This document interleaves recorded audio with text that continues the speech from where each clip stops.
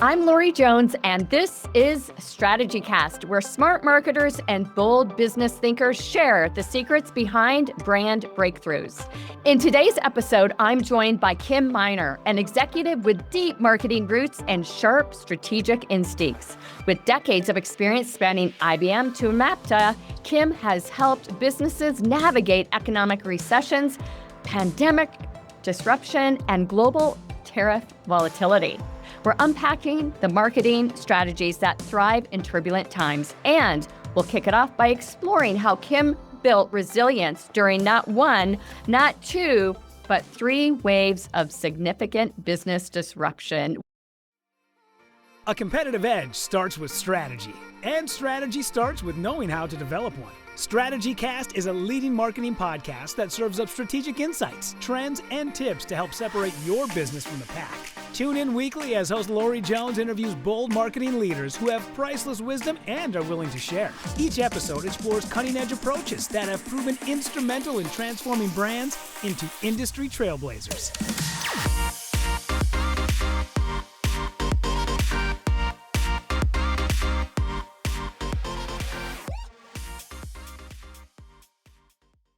Welcome to the show, Kim. Thank you, Lori. It's a pleasure to be here. Oh my gosh, I am so excited to chit chat today. I mean, you've been through it all with big brands, 30 years in marketing. And actually, before we get there, I want to ask you, because there's just so many amazing things about the journey that you've been on. Before we talk about some of the disruptive points, give us a little bit more information about your journey and really what led you to the great company that you're working with today.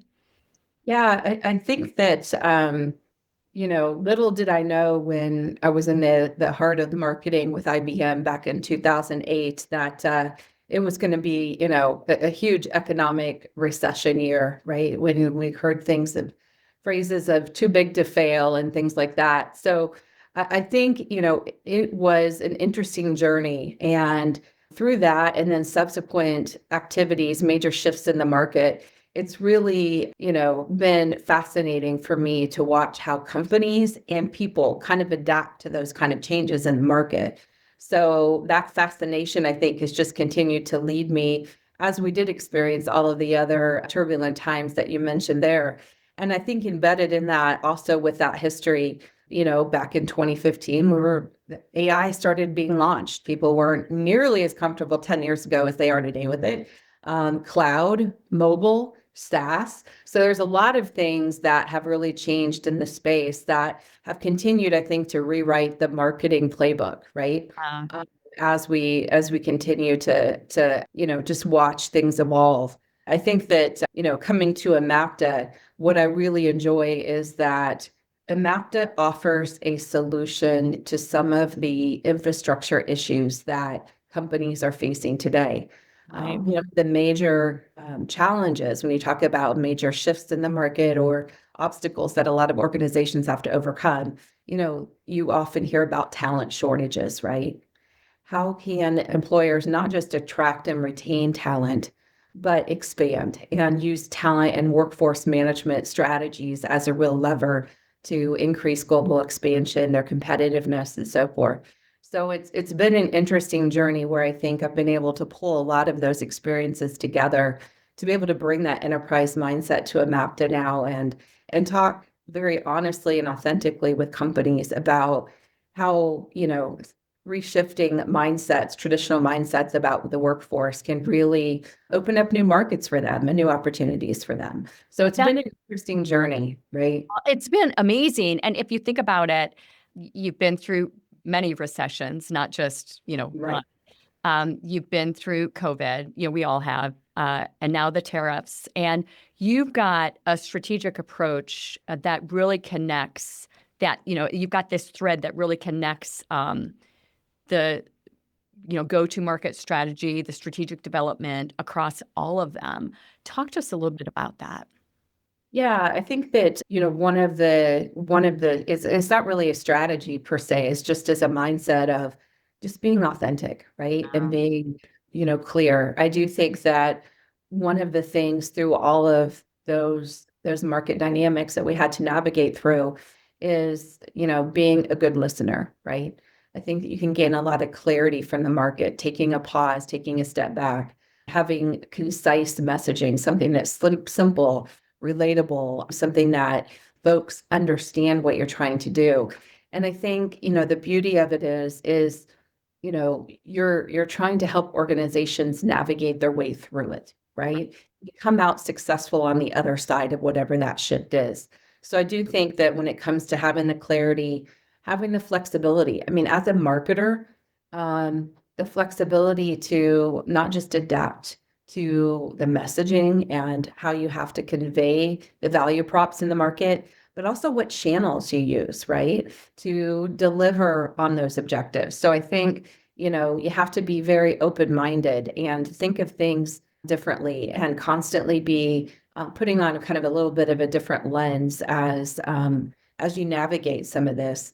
But I do think what's vitally important, regardless if it's internal, external, is alignment, right? Making sure that you have clear alignment on where clients are needing to go, wanting to go, and internal alignment on, the rest of the organization, right? Marketing's not in it just for marketing. Marketing is there to be strong business partners with sales, to be partners with the product team on roadmaps, to be, strong partners in developing out the ecosystem. So I do think there's a huge evolution, I think, that comes with a lot of that as you navigate through it. But I do think it starts with just, being trusted, right? Yeah. Just being simple. And one of the things that I love about marketing in general is that there are a lot of forks in the road. There are a lot of, left turns, when we should have gone right. Because there isn't as much data and science as there is today, there's still the human element of figuring things out along the way. And, I think recessions made us all smarter business people because we had to, in most situations, do more with less. Because there aren't many brands out there that are really going to trench in and invest more during a recession. They're far and few between. But also with COVID, we talk about the unknown, talk about just really trying to figure things out along the way. And I refer to it very lovingly as, some of the gifts of COVID. And it truly was not just family time and getting closer as a team because none of us knew what was going to happen next, but also providing those insights and intel and reassurance to clients who did not know what to do next. It made us all smarter, I believe. And if you reflect on some of that and you reflect on all these evolving situations, how do you feel marketing's role has evolved across your very amazing career? Yeah, and I do think it's become much more strategic. When I look at, the early years of it, it was all brand and lead gen, right? And I do think that as marketing has more and more a seat at the table, it is seen as more strategic. Again, having that tight alignment of knowing where you as an organization are going, but being able to, as I said, even make suggestions on new revenue generation opportunities, identifying a broader partner network. Some of these, opened up brand new channels, right, for revenue generation that didn't exist before. And I think that, being able to, I think, kind of voice that and understand, and truly understand that the goal of marketing is to have strong advocacy, right? Strong customer advocates, have strong evangelists, and have a lot of customers, I think, that are willing to share the story. And I think that those go a long way. And being able to demonstrate to the organization and to your clients and prospects, right, exactly who your brand is and what you stand for. So I do think that there's been a very open shift, I think, of having that seat at the table for a marketer as we've navigated this. They've seen the importance. And I think if they had forgotten, I think COVID is one of those times, Lori, where they realize they need to take a pause. Many companies didn't know what they're supposed to do. I Friday the 13th, I mean, I remember exactly, I was flying back to Atlanta on a flight. Yeah. Yeah. Yeah. And I mean, we remember. Yeah, I told the team I thought we'd be out of the office for a couple of weeks at most. exactly. Yeah. Well, of course we all did. Yeah. So let's actually like go through the Wayback Machine and let's talk about some of the very specifics along the way, lessons from 2008, of course, and COVID and now the tariffs. If you look back at the 2008 recession, what was the key marketing lesson that you took away during that time period? Yeah. And I think in 2008, it was, again, helping companies navigate through. There was a lot of industry trauma happening, right? And at the time with IBM, I was very heavily focused on financial services, which was the industry kind of at the core of trying to stabilize. We needed to make sure that some of these financial institutions didn't go under, right? Um, at the time at IBM, what we were working on was Smarter Planet. And we had a huge campaign around, how to make it smart. We just launched it in October of 2008. November of 2008 was when, really, we realized again, I mean, you have those pivotal moments when you realize, this is now what we're dealing with. So having to pivot fast on that and to be, again, very more simple in what we're saying so that people can understand how to get through that recession, right? We didn't know how severe it was going to be. We didn't know how long it was going to be, but everybody knew that they were hearing stories about organizations, large companies failing, right?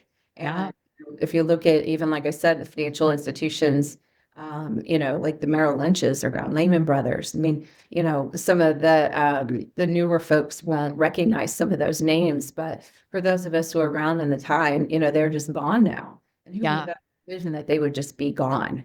So, so pivoting fast and providing clarity in what ended up being a very smart campaign that we had launched, which was, again, just how to be smarter at the business you're in. How do you use intelligence and instrumentation and the interconnectedness that we were now experiencing to really bring you forward. And I think, those were some of those days of what does the digital transformation look like, right?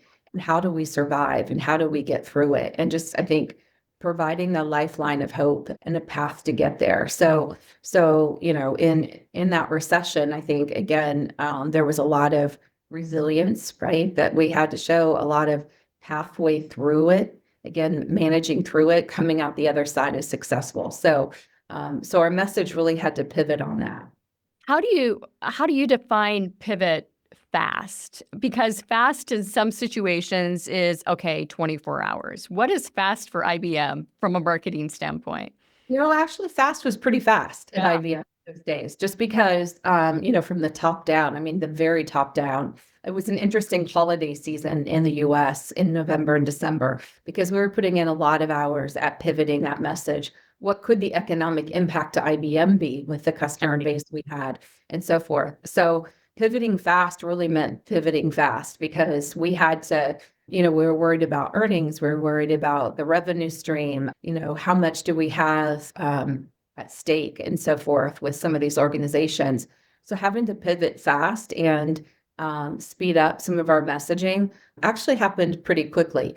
It was not as quick as COVID, right? Not as quick as COVID. That was just slap in the face. I mean, yeah, but we could come out, we had some pretty impactful meetings that were called, spur of the moment and came out with some messaging of, how to take what IBM had to offer to help organizations figure out what this meant for them, especially when we didn't know how long, how severe, and those types of things. So, pivoting though on COVID was a whole different thing, right? It was. That was fast. So how did that quarter end up for IBM?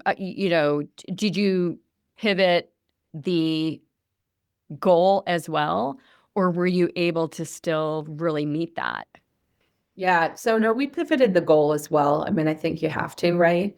And, but again, what a luxury to be launching a Smarter Planet initiative. Yeah, where it's perfect. It just was a perfect message at a time that was very rough. Yeah, serendipity for sure.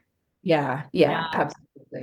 Now, during COVID, you had some major adjustments as well. Talk to us about those. Yeah, I mean, like you said, I mean, we all thought it's just going to be a couple weeks and we'll be back. I mean, I remember we were planning a big APAC roadshow in January to start at the end of February, and suddenly we're like, well, like there's this COVID thing. Like, do we do it still? Do we send people or do we not? And then suddenly, like literally with the snap of the finger, you realize no. And you have to pivot very fast. I remember, again, we talk about Friday the 13th when we realized that, like, this was major. We were seeing a lot of big high profile things being canceled, right? And you're like, wow, like I think we're all set in disbelief. I still sit in disbelief at times thinking through how the world reacted so fully behind, what was happening. But the pivots there were quick, right? We had messaging that was supposed to go out in blogs, right, on Monday. And, I remember, reaching out to folks saying, I don't think we need to be doing this now, right? Like it's going to seem very cold and insensitive. So I think the marketing switch we had to make then was to be empathetic, right? Like, COVID was emotional, even for the B2B marketer. It was a very emotional time. And you couldn't be pushing a B2B agenda during those first few weeks of COVID when people are trying to figure out their personal lives, right? And it was more of a message of, we're here to support you. We're behind you, right? We are, what do you need from us? And again, I think back to, especially during that time, being a really good listener gave you a lot of clarity in what you needed. And then when you have that clarity, your message tends to be very truthful and honest. And when they sense that truth coming out in what you're saying, it does drive ultimately some of the best partnerships and business results from it. But it just pivoted on the hour, so to speak. And again, I've always worked in a global organization, right? So it's not, we may both be sitting here in the US now, but, we're thinking about what the folks in Europe, what the folks in APAC. I mean, every region was hit in a different way, but still in a very emotional response to it, right? And every country handled it so differently. I've got a friend of mine who left a CBS affiliate to work for Wall Street Journal out of London. And he was there for 24 hours and then the country shut down. He was basically worked out of his apartment for a year and, and then finally said, I've got to get back to the US. So, you're dealing with, internal communications regarding that. From a global standpoint, you're dealing with different countries and their approach to everything. It definitely was a very, very difficult time period. I loved it from a crisis comm standpoint because we were just literally we had with one client 2 different meetings a day with the exec team, and we're just solving one problem after another, trying to get ahead of it. But one of the big conversations that we were having internally with this particular client is when do we start to sell again? When does the message shift?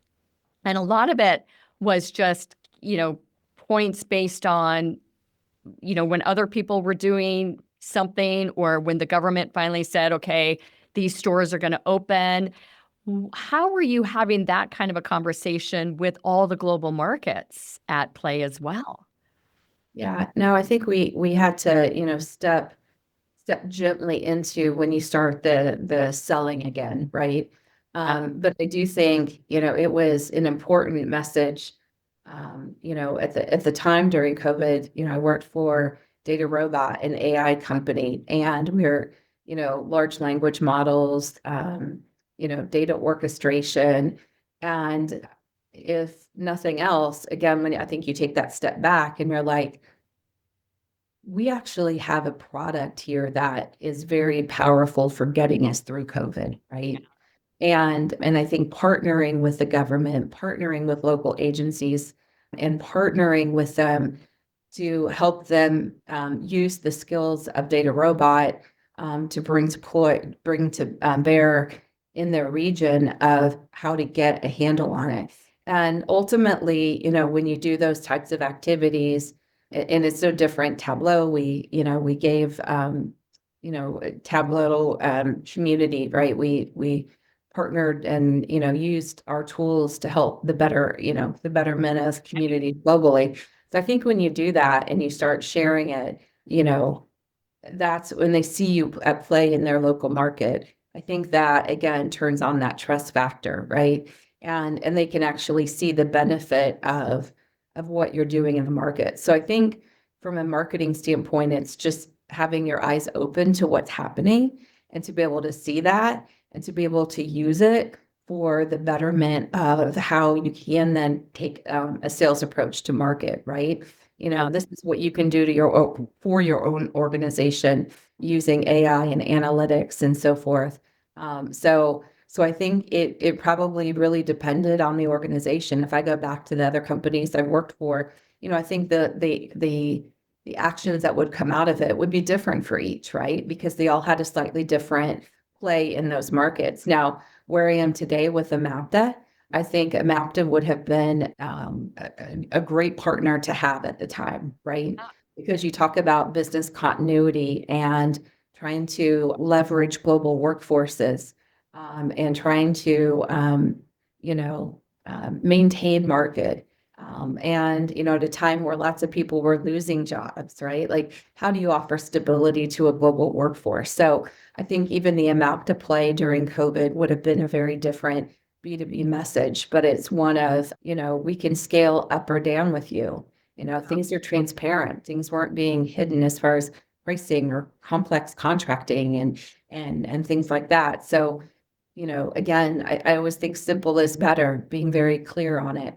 So I do think, navigating through and the amount of pivots you had to do. And, we're continuing, Lori, as pivoting on the daily, right? Oh, yeah. I mean, we've got tariffs right now. And if you look back at all of this, and I think something that marketers do very, very well, ops, sales do as well, and certainly HR, is the adaptation side of things. We are constantly adapting to market changes, to flux in buyer mindset, to competition, entering the market, just all these sorts of things. And I thrive on that, by the way. It's one of the reasons why I think I really grew as a professional during COVID, because I was solving issues that I never dreamt would have been placed on the table. And to me, that's why this is so exciting after all these years. Let's talk about tariffs for a minute. Sure. Because they are really reshaping a lot of marketing approaches and the landscape in general. What are you seeing in that area? No, exactly. I think that, we're seeing, new supply chains, new strains on customers, but, at the core of it, and I think even us as consumers, it's like, it's hard to put away what's it going to mean to my back pocket, right? And I think that, as a B2B marketer and out there in the global market, it is, a shift regularly. Every day there's some different news headlines that, either are encouraging or discouraging to overall market. And I think finding the right message, the right value prop, and what you have to offer the market. And again, that's where I think Amapta sits in a really great place because, we are agile, we're transparent, again, people-centric. But when you look at all these rapid changes, you have to kind of use creative problem solving, right? Relative to what organizations can do. So if you go into it with the perspective of they are trying to manage better costs, how are they going to absorb the tariffs? What's going to be passed on to the consumer? So, coming then into the Amapta message, it's, we can help you with that, right? Like you couple that with talent shortages.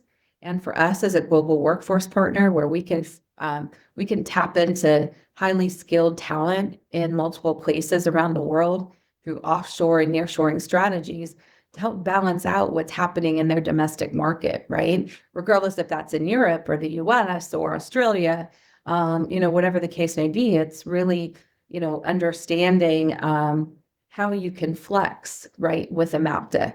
And I think that's where, we can come out with a very strong message when we saw early in the current administration, talking about tariffs and, being, it kind of was an all or nothing thing. Like you woke up one day and suddenly they were there, right? There was no easing in. And then suddenly the next day they were on a 30-day hiatus, right? So it gave companies a little bit of time to think it through. But when you're already navigating talent shortages in your own market, and now you have tariffs entering it, and you have cost containment issues at play, and you talk about how do you, continue to expand in a market when those kind of factors are playing in.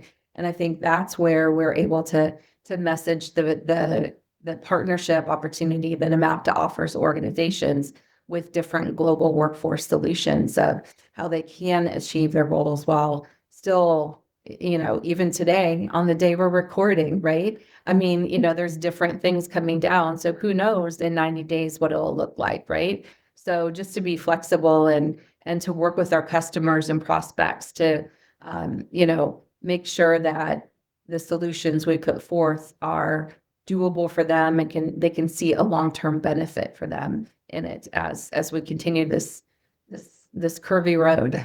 Well, and something, if I reflect on all of this and, just hearing you talking about it, those companies that have been very, very successful with big change have really been able to turn their workforce into a growth lever.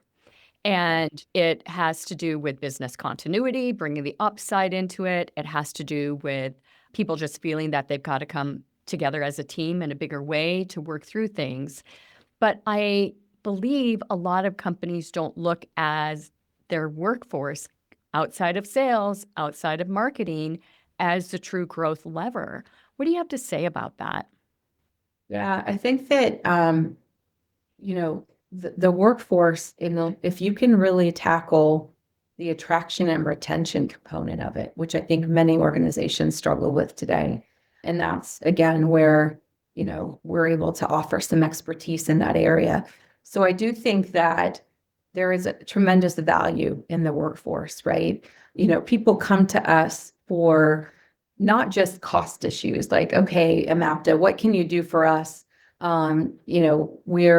We're under, we're needing to reduce our budgets, right, across the board. How do we tackle it? But at the same time, you want to still grow the business while you're doing it, right? So, what we're able to do with them is free up enough resource so that they can do that. But what's really important is the whole change management process and the value that those workers do bring to the table.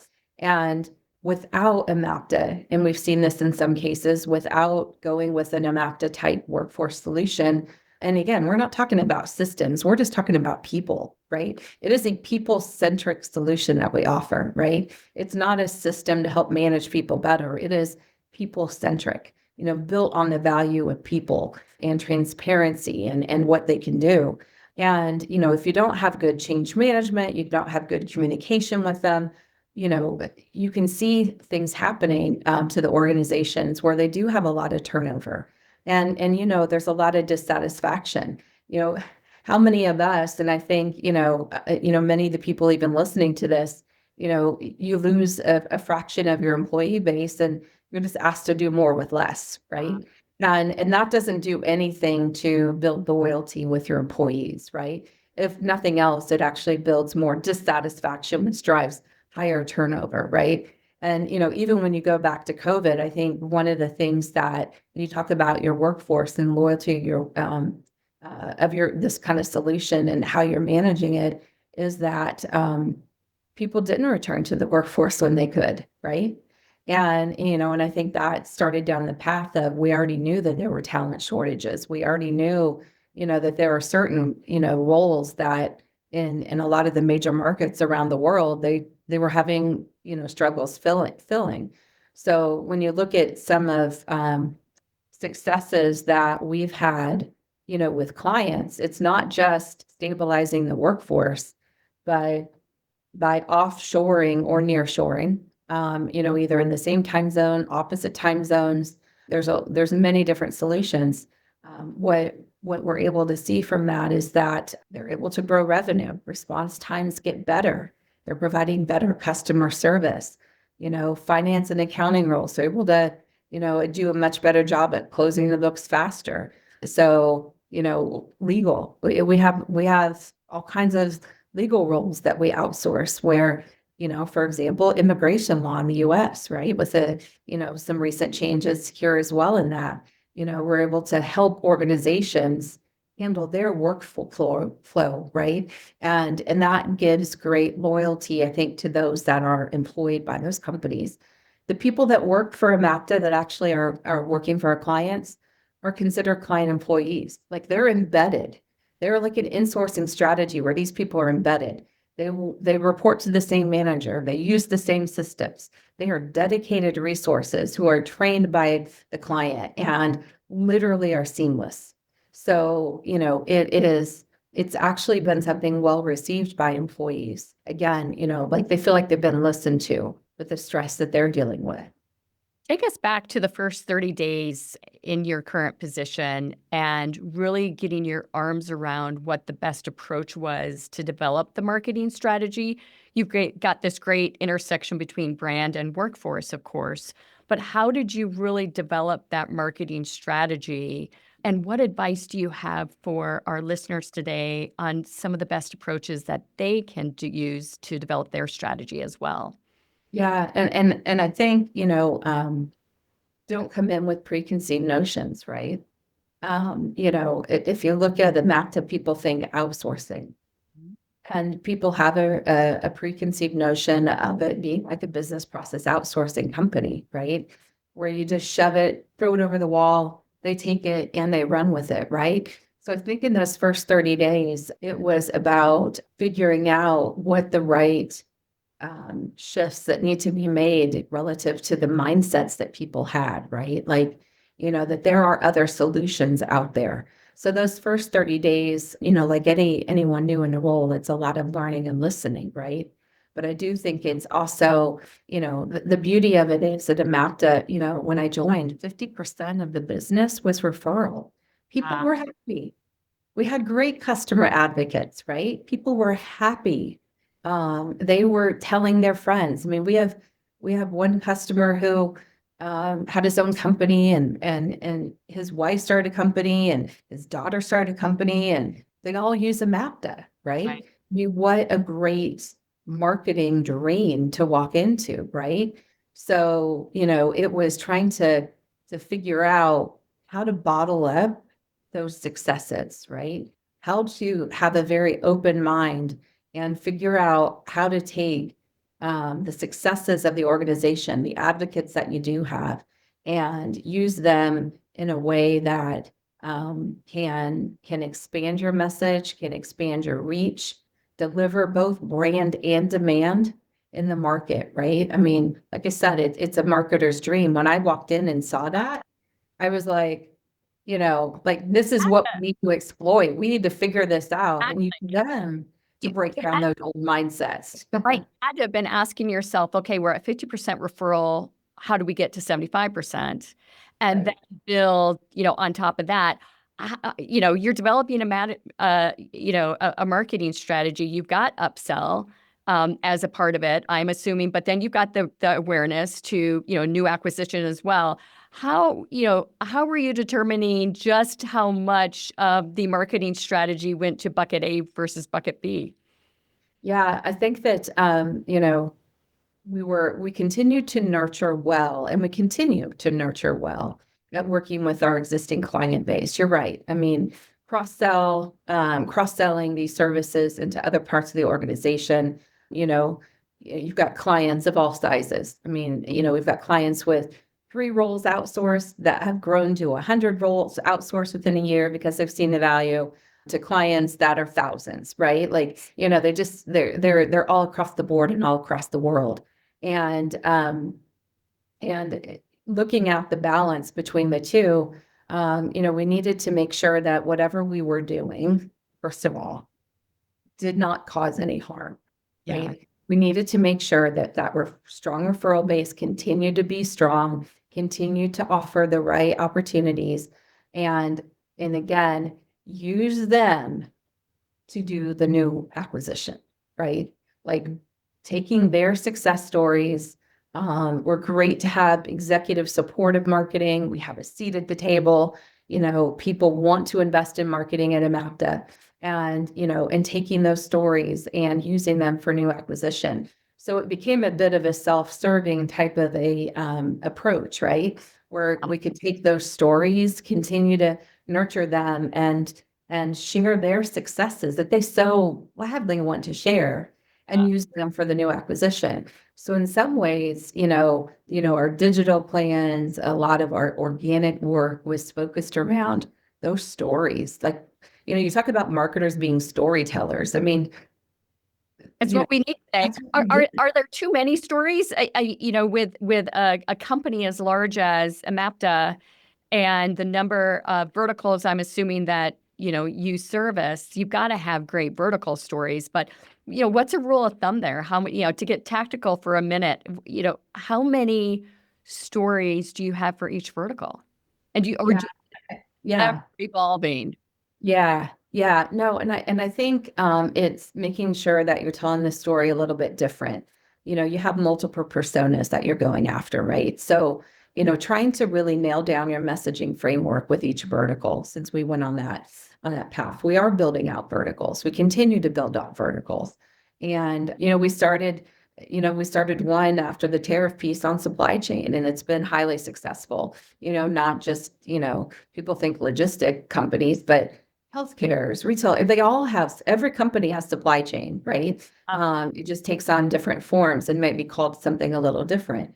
But making sure that you truly understand who your target buyers are, understanding those personas, their motivations, their pain points, and then aligning those stories with them, right? I mean, I think every customer that you're marketing to, even in these virtual seats, right, around the table, they want to see and hear what they need to see and hear based on the role they're in, right? So tailoring those stories so that we have alignment to the key buyers that are involved in the decision making, and making sure that those stories are some that help them see themselves in the solution. And I think that's the right answer, is that, and then, using them in other ways, right? Using them in webinars or events or, other types of activities that are more traditional to marketing. Even on LinkedIn for brand awareness, throwing, some stories out there of, because sometimes you don't know who you're really marketing to out there on LinkedIn, right? But again, you just want to mix it up of hearing the story. But I think having tight alignment in a messaging framework, in a vertical with the personas and so forth is the right answer. Is you just need to make sure that everybody sees themselves in that solution. You're meeting them in the medium they want: written, podcast, some type of a video testimonial, but that they can connect, right? I think building that connection. Yeah, that's such great advice. And guess what? We didn't get through half of our talk track today, and we predicted that would happen because we just had so many incredible things to chit chat about. Any final words for our audience before we get to your better at question? Yeah, no, I think that, just general thoughts are, just be in the moment, right? Listen and be in the moment and figure out what the market is telling you at the time. I think too many times we overthink things. Yeah. And that, just being really clear and concise and knowing where you're going and what you need to be sharing with folks so that they can see themselves in the solution, right? So I think it's, you don't have to throw a bunch of fancy words at it. You don't have to send something through ChatGPT to get this, razzle dazzle, document out of it. It's just, sometimes one word does it, right? So I think it's just being really clear, make sure you have tight alignment internally, and be willing to explore and experiment. Failure is not a bad thing. It's I love it. I learned so much through it. At the beginning of this year, we launched this series called Better At. And my goal with Better At, along with all the incredible content that we push out every week, is really to help marketers sharpen their everyday skills that make a big difference. It can be listening, collaborating, prioritizing, communicating, but all with impact. What's one thing that you've learned to be better at that's made a measurable difference in how you lead, work, and show up in your role today? Yeah. So I didn't know you were going to ask this question, actually. Like But it. I caught you off guard here. I know, but no, I exactly know what I would say. Aw. And that is, I have been leading remote teams since 2006. Wow. And that's a long time. So, not to go back and relive COVID again through our conversation, but, there are a lot of folks not used to that, right? How to support team dynamics. And I think one of the things that my team today and in prior roles would say is that figuring out the right way to create that cohesiveness of a team. My team spreads across 6 countries today, time zones all around, right? I mean, we go APAC to West Coast of the US, I mean, anything in between, right? Southern, Northern Hemisphere, we cover it all in our team. So I think, getting better at, for me, managing those global teams over the last, 20 years, and making them feel really strong and aligned, and they understand where we're going. I have seen great success from that, right? I love that. And just being able to pull them all together and that we're on a mission going forward. I see no difference whatsoever than the days when I managed a physical team in an office. I can have 12 squares on my screen in front of me, and I want to see the head nods. I want to see the commitment, and I want to see them close to one another, right? And I think creating that dynamic, it works excellent. And really, that's the Amapta business model too, right? Yeah, it is. Yeah. A seamless extension just in an offshore or nearshore location. And, for the US, Colombia or the Philippines, New York, we have Macedonia, they're all over the world. So, there's a beauty to it, and the talent you're able to attract when you can master how to build a successful remote team it's an unstoppable feeling. And that's what I love. Well, it takes a great leader to develop that cohesiveness as well, Kim. So congratulations to you on all of that. What is the best way for our audience to get in touch with you? Yeah, absolutely. Why don't just send me an email on LinkedIn.